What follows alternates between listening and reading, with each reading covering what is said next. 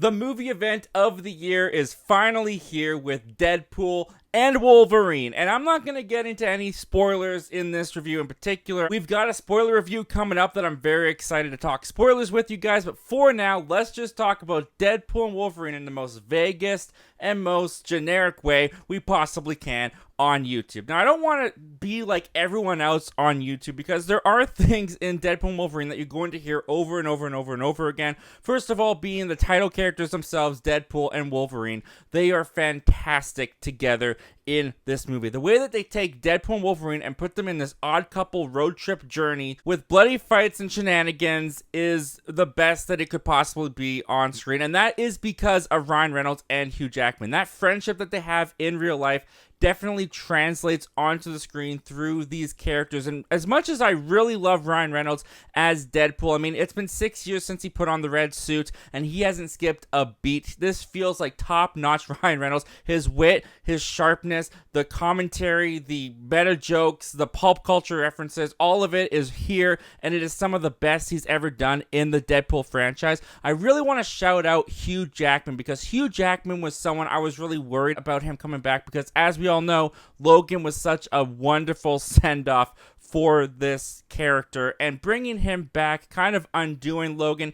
Even though Marvel said that this movie wasn't going to touch Logan, they took liberties with that for sure. But bringing him back, I was kind of worried with how that was going to play, especially since you're gambling with messing with the legacy of Logan. And I thought the way it was handled in this movie was done very well. Because Hugh Jackman in this movie, he gives a wonderful, fantastic performance as Wolverine. Very authentically Wolverine, but it doesn't feel like Logan. It doesn't feel like Wolverine from the previous X-Men films. It feels like he's doing something completely different. He's bringing layers to it that we haven't seen from this character before. He gets to have action sequences like we've never seen from Wolverine before, and it just makes this character still feel fresh, even with Hugh Jackman playing him for 24 years. What Shawn Levy, what Ryan Reynolds, and what Hugh Jackman decided to do with the Wolverine character, I was very pleased with, and it makes this feel like a very appropriate and worthy encore to what he did in Logan. Speaking of the Fox X-Men movies, this movie is, as we all know, is being deemed as saving the Marvel Cinematic Universe. This movie is going to save Marvel. Deadpool himself is, in fact, Marvel Jesus. And what I will say that kind of surprised me about this movie, without going too much into detail, is that this movie's not really concerned with saving the Marvel Cinematic Universe. This movie's more concerned about reminding you of the Fox universe. Because the Fox movies, we kind of forget sometimes that Fox had Marvel movies for 20 years until the MCU started with Iron Man in 2008. Then it kind of overshadowed what Fox was doing. But Fox had been around with their Marvel characters, with their Marvel movies for a very long time. Granted, not all of them were great, but they were still the first ones, really, some of the first ones, to bring Marvel characters to the screen. And this movie kind of wants to remind you about that. This movie has a lot of commentary, has meta jokes, has meta moments, has meta characters that remind you that before there was Marvel, there was Fox. And as much as they succeeded and failed, they are responsible for a lot of the Marvel content and superhero genre content that we get to enjoy today. And I was really kind of taken aback and surprised at how the movie really shone a light on that. And I thought that it was pretty well done for the most part. Which kind of brings us to the cameos, which everyone knows. Cameos galore is in this. If you've been living under a rock, you don't know that there's cameos. But there are cameos in this movie. And here's what I'll say about the cameos in the movie. I thought the way that they were integrated into the movie was done pretty well for the most part. But I do think there's a little bit of a hollowness that comes with these cameos, for me in particular, because a lot of these cameos, a lot of the moments with them in this movie is kind of being related to a No Way Home situation. I've seen that a lot on Twitter recently, is that this is like No Way Home on steroids or something.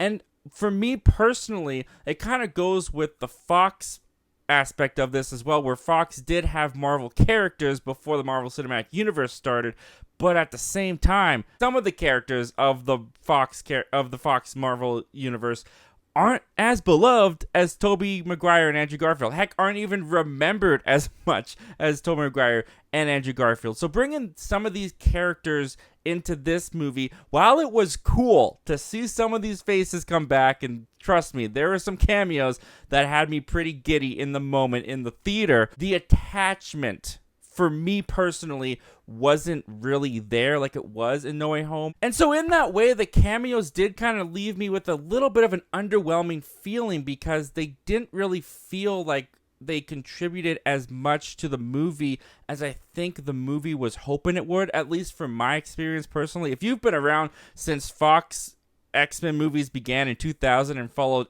all of the Marvel movies and loved all the Marvel movies that Fox ever made, you're gonna get your money's worth for sure.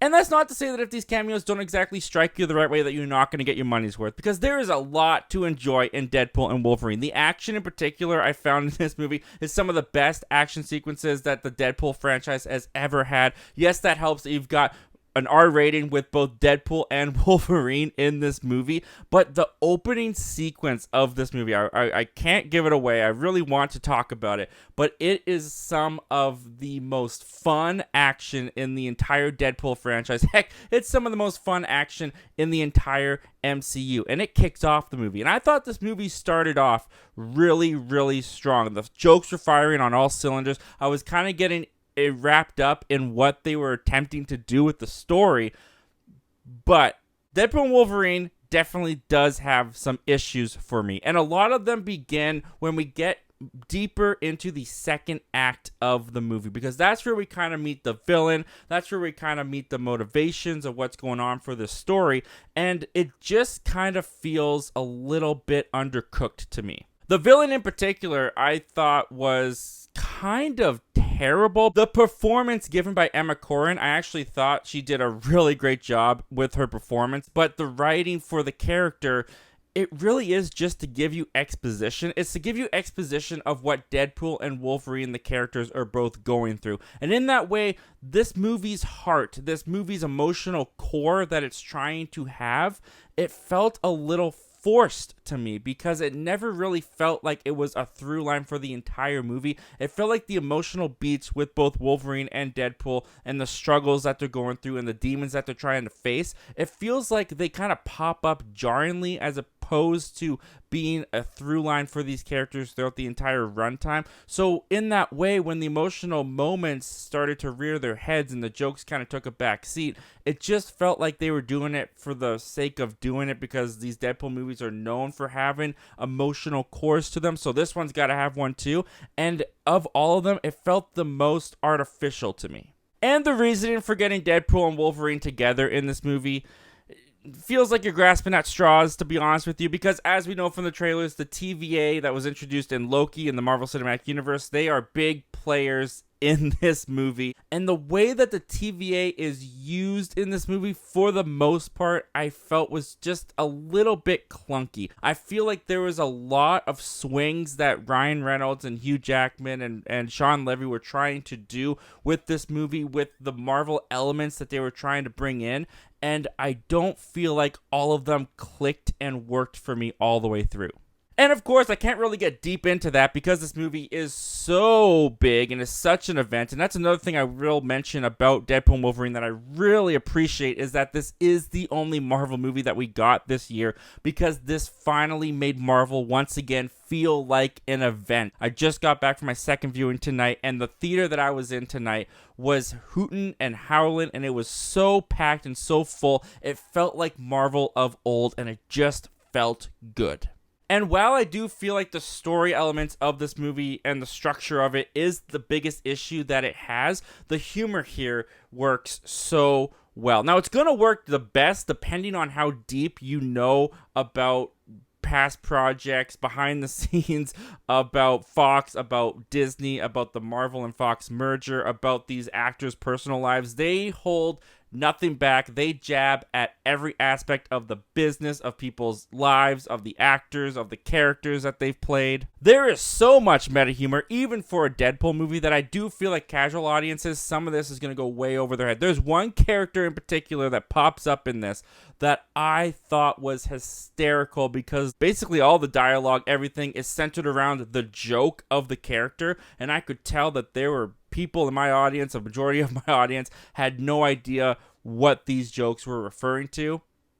But I got it. And if you know, you know, and you will laugh a ton in Deadpool and Wolverine. And really, that's what most people are looking for with Deadpool and Wolverine. You just want to go and have a good time, see these characters come together, and laugh. And all of those things are going to happen. I do feel like this movie has a lot of issues, story, structural wise, but also at the same time, Deadpool has always been a comedy first and foremost. It's there to make you laugh. It's there to entertain you. And Deadpool and Wolverine, it made me laugh. And it definitely entertained me. So for that reason, Deadpool and Wolverine is going to get a solid recommend for me. I wish I could say I absolutely loved it because it was my most anticipated of the year. I want to give it a strong recommend, but there's a couple things that hold it back. It's got a solid recommend. We'll talk more about that in the spoiler review. So come back Monday and we will have our members spoiler discussion up on the channel. But as it is for now, what did you guys think of Deadpool and Wolverine? Do you agree with me? Comment down below. Let me know all your thoughts and opinions about this movie. I know a lot of people loved it and I want to hear from all of you. Thank you so much as always, guys, for hearing me out. It's over, guys. The event has come and gone. What a time to be alive. I hope to talk to you guys again real soon.